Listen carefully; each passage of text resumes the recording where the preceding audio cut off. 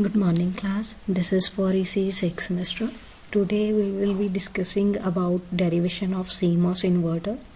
First of all, this circuit shows the general arrangement of CMOS inverter. In this circuit, NMOS enhancement mode transistor is used as a pull down transistor and PMOS enhancement mode transistor is used as a pull up transistor. The working of this circuit is that then when the input voltage V input is 0, then PMOS is in on state. That means PMOS is in saturation, whereas NMOS enhancement mode transistor is in off state.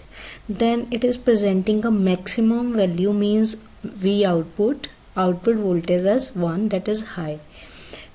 Similarly, when the input voltage V input is 1, then PMOS pull up transistor, that is PMOS enhancement mode transistor, is in off state, and pull down transistor, that is NMOS enhancement mode transistor, is in on state. That means NMOS is in saturation. Then it is presenting a minimum value, means V output voltage as 0, that is low. So we have seen the different regions of operations of CMOS inverter in this transfer characteristics. CMOS inverter has 5 different regions of operation.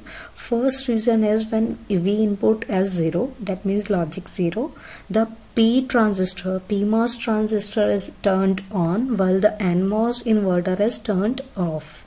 That means there is no current flows via the inverter and output is connected directly to VDD through the PMOS transistor, that is pull up network or pull up transistor.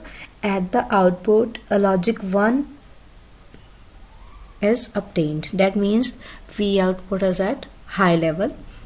Second reason is the voltage at input has increased to a level which exceeds the threshold voltage of NMOS transistor, that is VTHN, and NMOS transistor conducts, and between source and drain a large voltage is present, so it is in saturation, means NMOS is in saturation.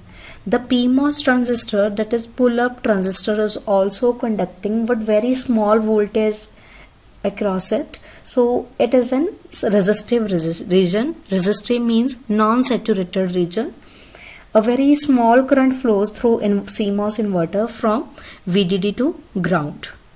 Third region is in which both the transistors are in saturation, and in this region the inverter exhibits maximum current because both the transistors are in saturation.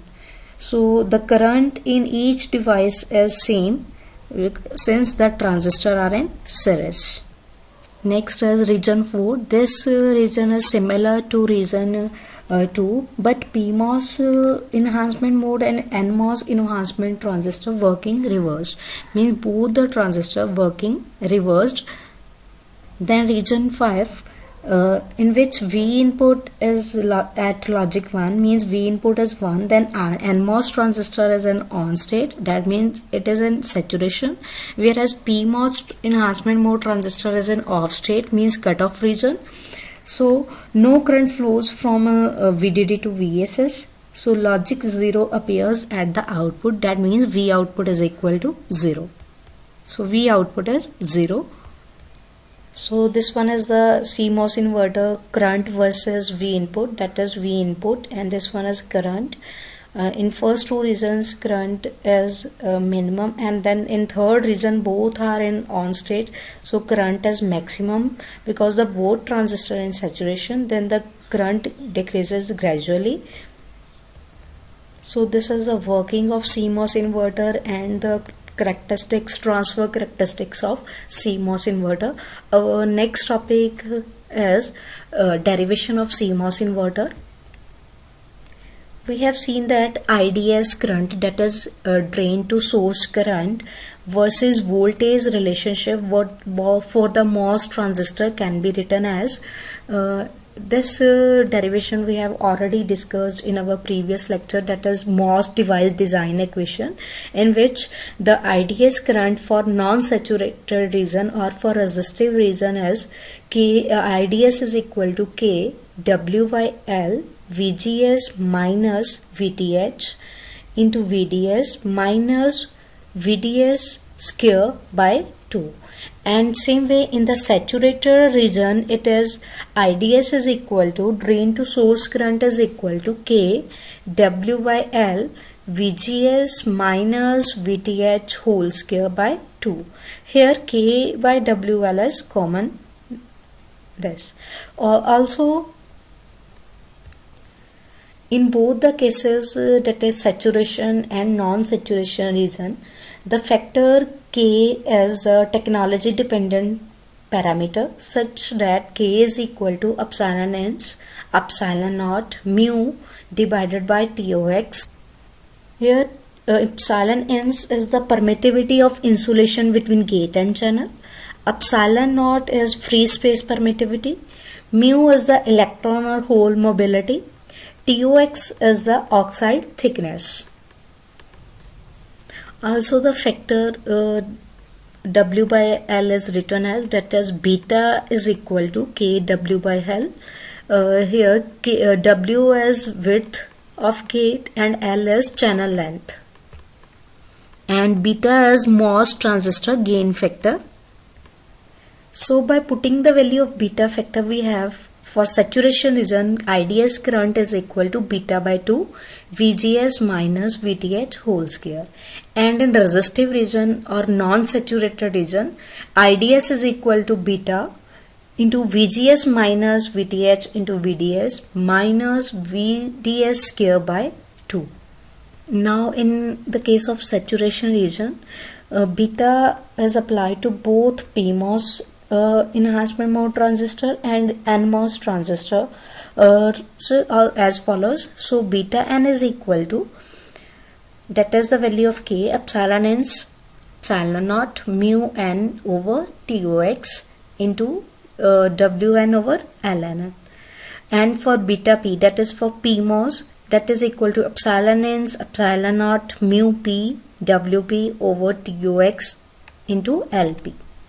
Here Wn, Ln, Wp, Lp are the dimensions of NMOS and PMOS transistors respectively. So next as we have to calculate IDS current in both for NMOS and PMOS transistor. In this characteristics, that is CMOS inverter current versus V input characteristics, the current in this figure or in this graph is that in each device the current is same because both the transistors are in series. So we can write IDS current for PMOS transistor is equal to minus IDS current for NMOS transistor. So for PMOS it is IDSP and for NMOS it is IDSN. So here IDSP current for saturation is beta P by 2 into V input minus VDD as power supply minus VTHP, that is the threshold voltage of PMOS inverter whole square, is equal to, that is the NMOS transistor current IDS current, that is equal to minus beta n by 2 into V input minus VTHN whole square. VTHN is threshold voltage for NMOS transistor.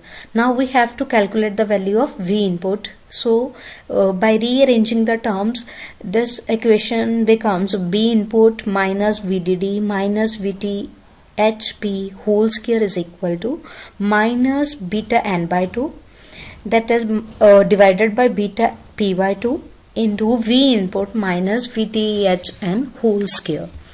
So by taking square root on both sides, it becomes B input minus VDD minus VTHP is equal to minus square root of beta n by 2 divided by beta P by 2 into V input minus VTHN. And Then next it is V input minus VDD minus VTHP is equal to minus beta n by 2 divided by beta p by 2 V input plus square root beta n by 2 divided by beta p by 2 into VTHN. Simply we multiply this term into these two terms. Then next take this term to the left hand side and these two terms to the right hand side. It becomes V input plus square root beta n over beta p. V input is equal to VDD plus VTHP plus square root beta p n over beta p VTHN. From this, B input as common. Take V input as common. V input into 1 plus beta n divided by beta p raised to power 1 by 2, that is square root, is equal to VDD plus VTHP plus beta n divided by beta p raised to power 1 by 2 into VTHN, that is threshold voltage for NMOS, and this one is threshold voltage of PMOS. Or V input is equal to VDD plus VTHP plus beta n divided by beta p raised to power 1 by 2 into VTHN divided by 1 plus beta n plus divided by beta p raised to power 1 by 2. And next we know that both the transistors are in saturation, so they act as current sources. So the two current sources are in series between VDD and VSS in this region with the output voltage coming from common point.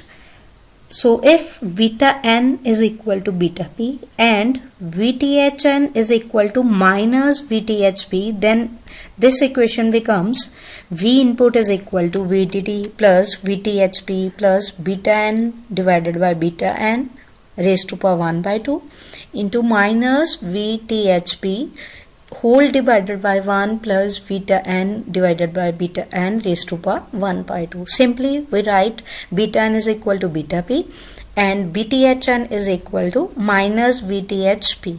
Then it becomes V input is equal to VDD by 2 and or V input is equal to 0.5 into VDD.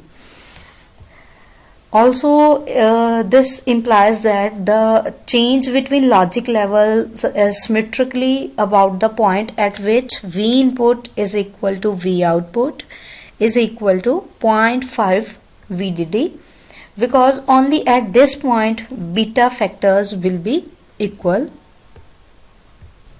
So next is the transfer characteristics with beta ratio. Beta is equal to K into W by L. The beta ratio is not important in many configurations and in most of the cases minimum size transistor configuration are used for both NMOS and PMOS devices. As shown in this figure, transfer characteristics with beta ratio. This changes indicated in the figure for quite large variations in beta ratio, and this ratio is not too much critical.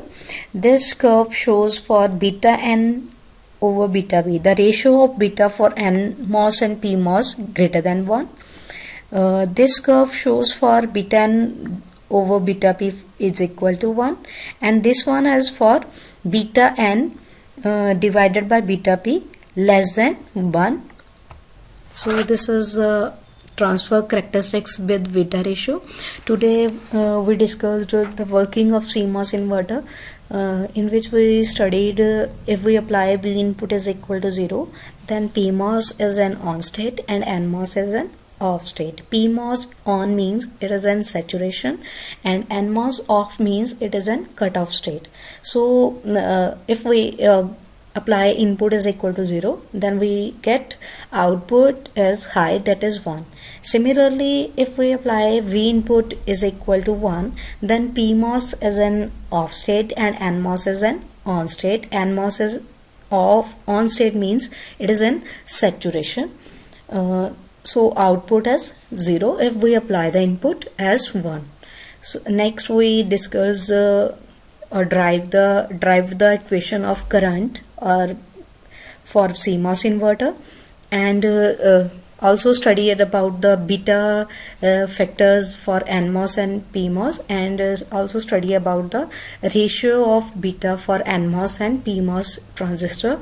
So this is whole about the CMOS inverter, derivation of CMOS inverter. This is all. Thank you.